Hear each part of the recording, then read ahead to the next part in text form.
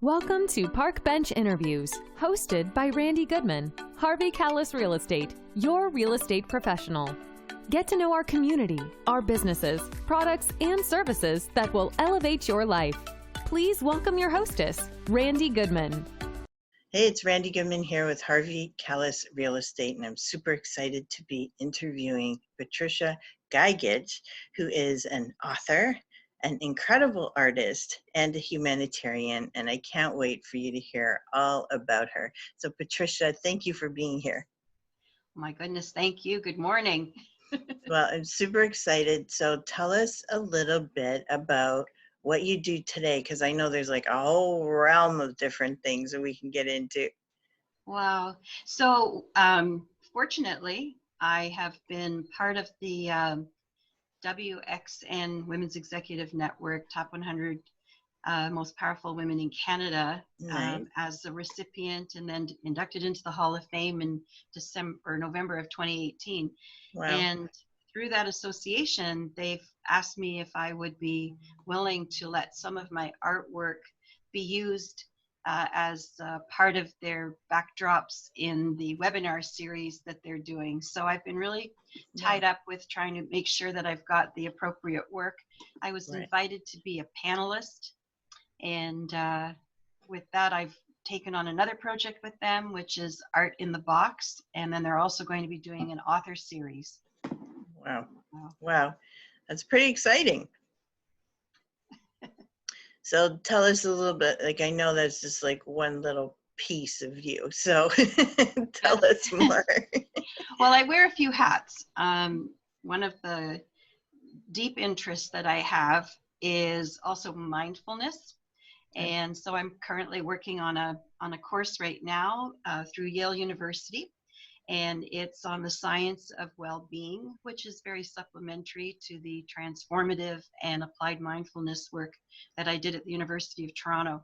Wow. And of course, with COVID, wow, I can tell you that every single person on this planet is feeling their own depth of, you know, anxiety or despair or nervousness. And, you know, so I've been called on to do quite a few sessions with different organizations and with people individually. Wow. Wow. And this is through the university? No, once I became certified, you know, we all went off into our own directions. Mm-hmm.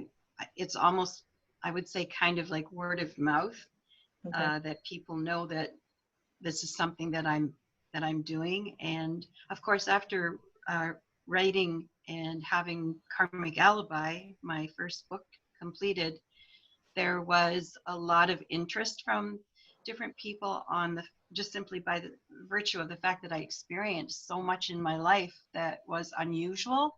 Okay. You know, some good, some definitely very traumatic. And so I think that wisdom piece, people like to reach out, and I'm an open book. I'm always available to people as a humanitarian, mm-hmm. and strictly as a citizen of this universe. Absolutely, and thank you for that. So what led you, tell us some of the things in your life that led you to doing what you do today? Well, I always wanted to be an artist. When I was a little girl, I was, probably not even 3 years old, and I was drawing Elizabethan ball gowns. Wow.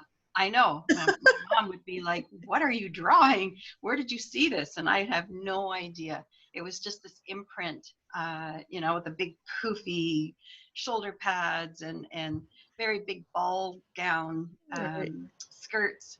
And from there, my father, who was a big influence in my life, he was an accountant, and not like it is now with certified general accountant, but he was definitely in the ranks of what he could do at that time. Okay. And for him, everything was, no, you have to, be in business. You have to do this. Art is never going to pay your way through life. Right. So I grew up with this extremely talented mom who wanted me to, pursue all of those interesting things. Mm-hmm. And my father, who said, you need to do the other side of life and learn skills. So as I progressed, I wanted to dabble in both ways. And I guess when I finished school, we didn't have a lot of money, so I wasn't privileged enough to go to university. And I probably, at the time, I don't think I was ready for that. Okay. I wanted to get right into the work world. So I had several jobs when I was 15 and 16 years old. I did work in a bridal salon. So I had my fancy gowns all the time around me. And then I wanted to work for the bank.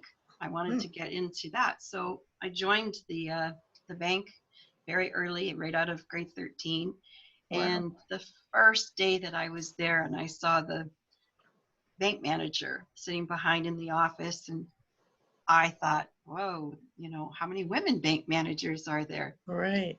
And they said, not that many, Patricia. In fact, I don't think there were any at the time. Wow. So Okay, that don't was, age yourself here. Okay. what's that? Don't age Joking. myself? Don't age yourself. Oh my goodness. I'm joking. Yeah.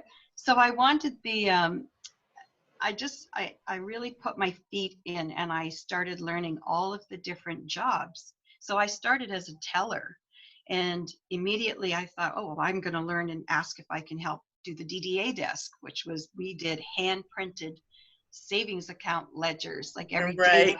Oh boy, the days at the computer did not come into play there.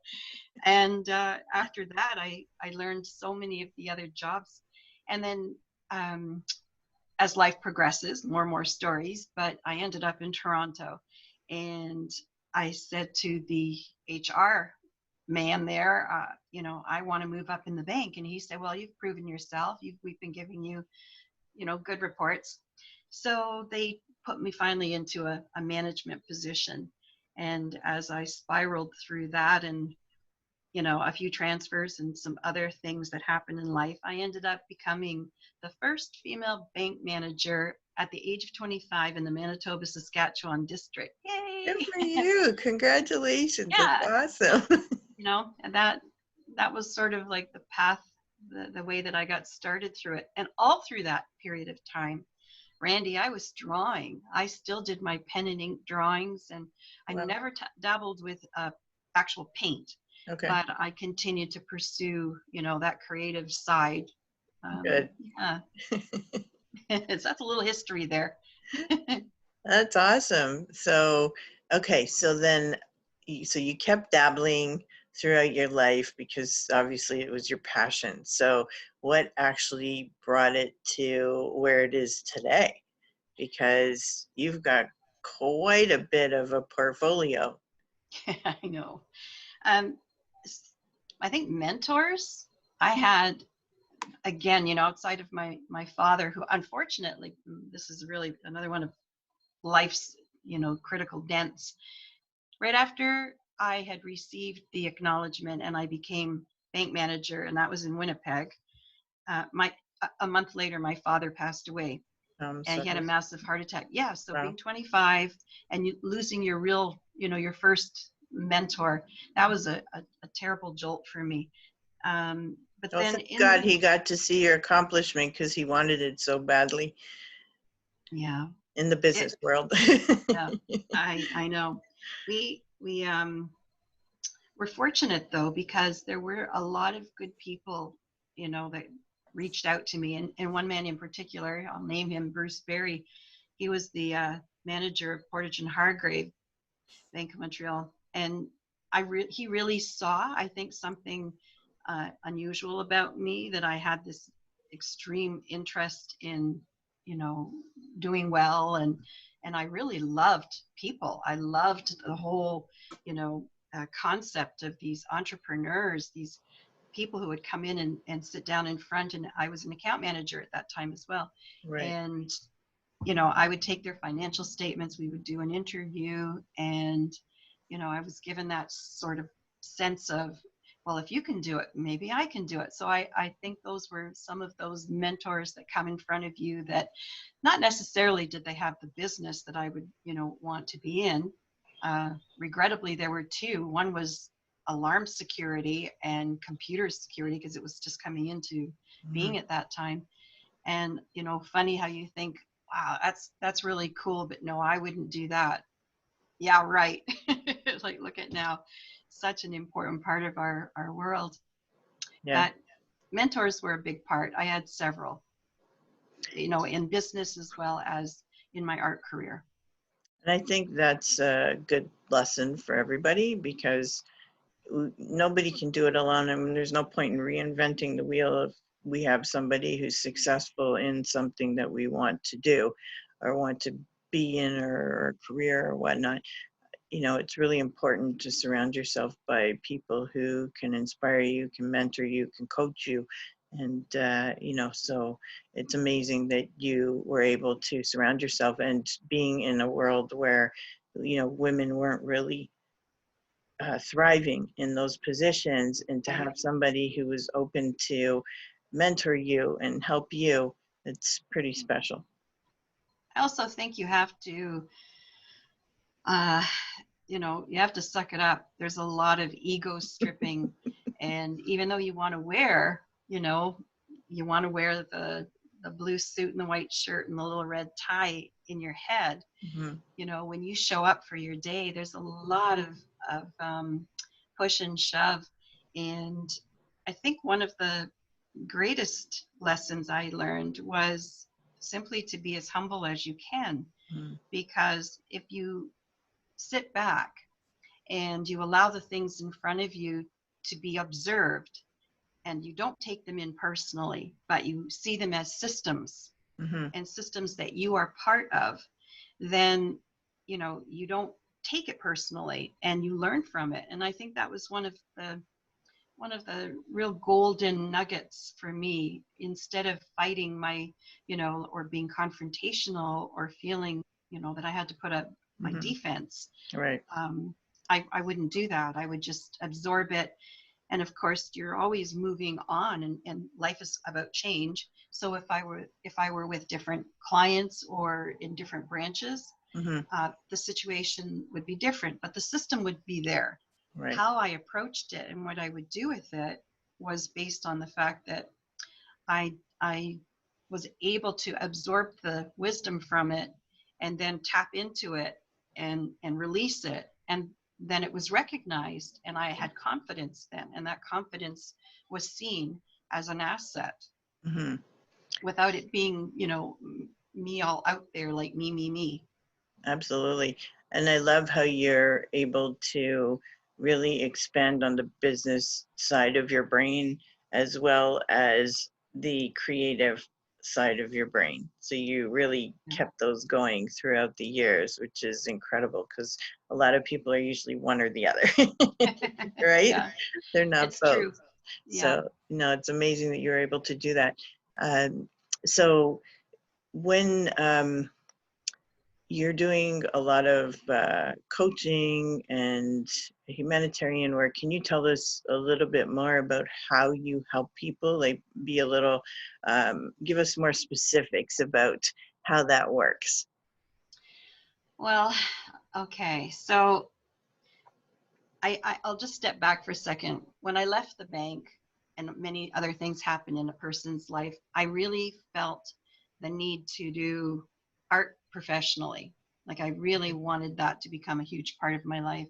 And also, I wanted to be an entrepreneur. So I stepped aside from the old boys network and I pursued, you know, my own business. And I had a property management company, and I did I did a lot of volunteer work within the community.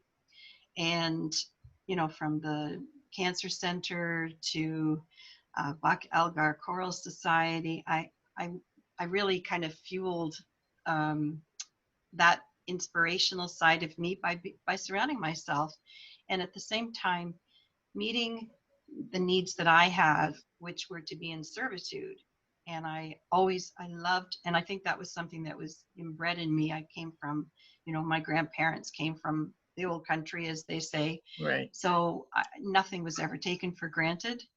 Mm-hmm. And, you know, after being in business and then doing my art and trying to give back to the community, you get recognized. Mm-hmm. And so years of being a volunteer and sitting on various boards, which I still do, give you that sense of you have to make that as just like you eat breakfast, you have to do something for somebody. Mhm. I'm a Rotarian, so I'm very proud to say that, I'm part of the Oakville Passport Rotary, and we are sort of dedicated to support other Rotary clubs that do fundraising. So we're the worker bees. We don't necessarily do our own fundraising, but we go out and we support those organizations that are not just Rotary, but many others. Nice. Okay. I'm also, I was knighted. I'm a Dame of the Order of St. George. Wow. And so we support, all those frontline workers and people who are in our world supporting our country. Nice. I'm on the board of the Sir Edmund Hillary Foundation, so we have a school and hospital in Nepal. And then my big project is Cambodia, which in 2006 I started. So. Wow. And so what led you to be so involved in the community? I don't know that I can say anything led me. I think in my DNA, I just have that not being separate. There's no duality that I hang on to. I know I'm in a physical human form. I know there's time and there's energy, but there's this eclipse that, I'm very lucky to say I did the hard work. I studied and took many paths towards finding that mental freedom and that clarity that I see as being, really one consciousness. We are segmented and fragmented, but, I like to think that I have a responsibility for the sustainability of humankind, in whatever direction and format that takes for me. Changes all the time, but it's not something I feel that really led me. It's just part of what's in my nature. It's part of who you are. That's awesome. Right. I love it. That's right. Okay, I love it. So if somebody wanted to reach out to you, what would they reach out to you for? So, of course, there's several things. My art, I'm represented by, several galleries, and I'm fortunate to have exhibited my work around the world and be recognized for that. So, congrats. And we'll definitely put links on the page so that people can find that art. Thank you.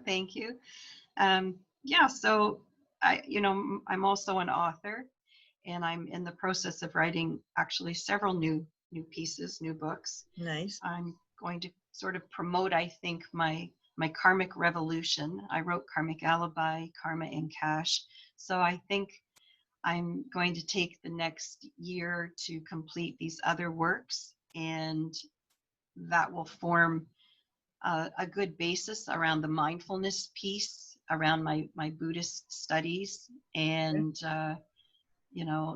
it's always a conversation. I think synchronicity plays a big part. If someone hears you and resonates with you, and they feel that you might have something that might help them, oftentimes it's just by one person connecting to another person, and the next thing you know, you're bingo, you're actually truly helping. So absolutely. So Patricia, tell us, are there any and we'll have all your links so people can get a hold of you, in whatever way they resonate. But is there anything that you'd like to share with everybody? Any tips or anything you'd like to share before we sign off? It's difficult for everybody to wake up and know what direction they should take, whether it's during the day or it's, the big part of their life puzzle. And I think clarity in that capacity is important. And sometimes obtaining that clarity means you have to step outside of what you already know. And that's one of the reasons why, for me, mindfulness is really important.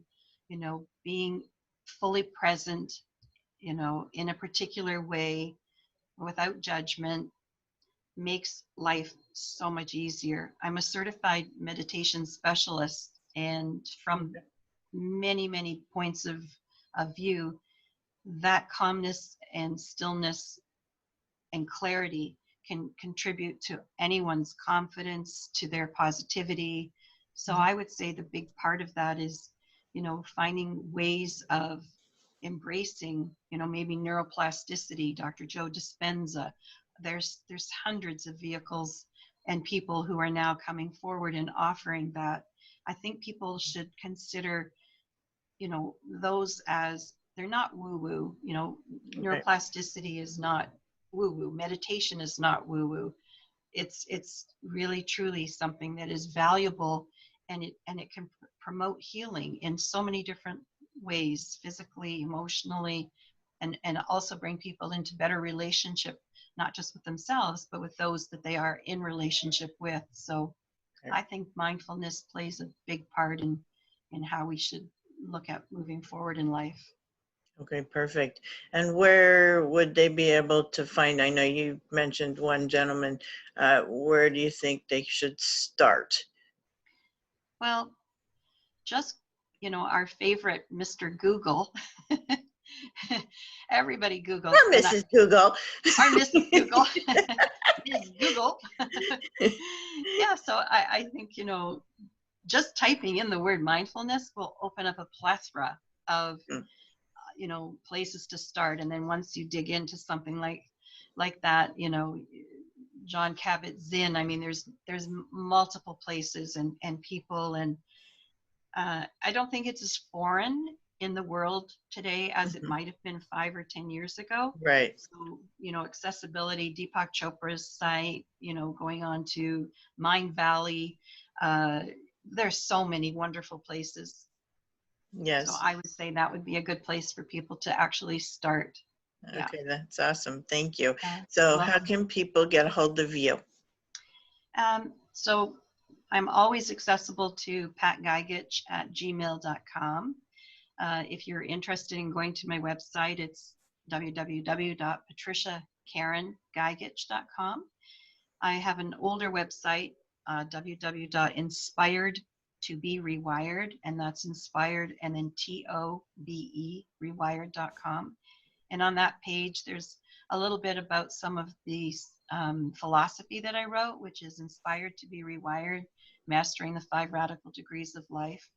Wow. And that's it. You can always, reach out that way. I love it. I love it. Thank you so much for sharing with us. And thank you so much for being who you are in the world and giving back so much. Thank you, Randy. Thank you so much for this invitation. It's been a privilege. Well, thank you. And I hope to hear more about what you're up to and what you're doing in the future. That would be awesome. Sounds good. Thank you for listening to this interview hosted by Randy Goodman. We hope you will take action and connect with the incredible business people and leaders in our community. And remember, Randy is always here to answer any questions you have regarding your real estate needs. Be sure to register on the website and stay up to date on what's happening in your area at parkbench.com/millpond.